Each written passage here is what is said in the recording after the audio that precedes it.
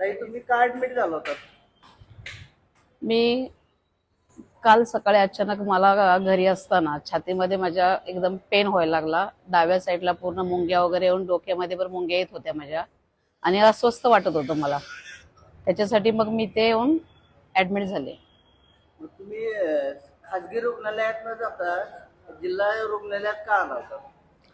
त्याचं कारण असं की आज आपले महाराष्ट्राचे उपमुख्यमंत्री आरोग्यदूत म्हणून ओळखले जाणारे आपले शिंदे साहेब, एकनाथ शिंदे साहेब, तसेच त्यांनी जो विश्वास टाकून आज आरोग्य देवदूत म्हणून दुसरे प्रकाश आंबेडकर म्हणून साहेब आहेत आपले आरोग्यमंत्री, आणि जिल्ह्याचे आपले पालकमंत्री शंभूराज देसाई साहेब, आज त्यांचं इथं योगदान भरपूर आहे जनतेसाठी. आणि त्यांनी आज प्रशासनाला आणि गव्हर्नमेंटचे जेवढे हॉस्पिटल आहेत जिल्हा रुग्णालय त्यांना एवढी उपक्रम दिलेत, सुखसुविधा दिलेत. त्याच्यासाठी मी काल इथे ऍडमिट होण्याचं कारण का की सामान्य जनतेला कितपत इथं सोय होते म्हणून त्याच्यासाठी मी काल ऍडमिट झाले.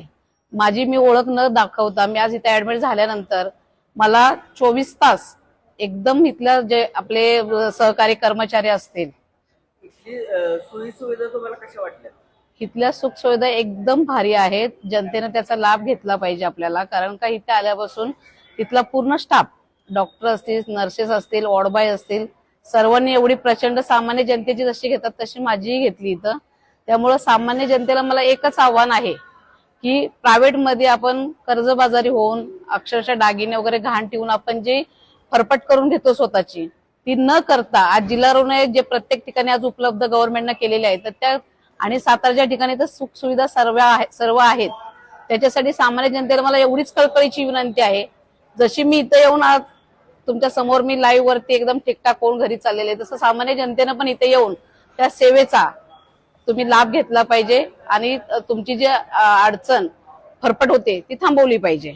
इथल्या सुविधा तुम्हाला कशा वाटल्या? इथल्या सुविधा एकदम छान आहेत, काळजी घेतात व्यवस्थित. पेशंटला जेवणापासून ते सोय आहे, पेशंटची एवढी केअर इथं चांगली केली जाते. नागरिकांना काय आवाहन करा? नागरिक जसे इथला स्टाफ जो आहे आपला, नर्सेस असतील, डॉक्टर असतील, सर्व जसे जनतेची प्रामाणिकपणे सोय म्हणजे काळजी घेत आहेत, तसं जनतेला सुद्धा नम्र विनंती आहे, त्यांना आव्हान आहे की जसे डॉक्टर लोक आपली सहकार्य आपल्याला करतायत तसंच आपणही त्यांना सहकार्य केलं पाहिजे. जे अस्वच्छतेच्या बाबतीत जे पब्लिक जे आपण शौचालय वगैरे सगळे साफ ठेवत नाही तर ते जनतेनं पण त्याला थोडीशी साथ दिली पाहिजे, जेणेकरून आपल्या घरी आपण स्वच्छता करतो तशीच हॉस्पिटलमध्ये पण येऊन आपण त्याची स्वच्छता व्यवस्थित ठेवली पाहिजे.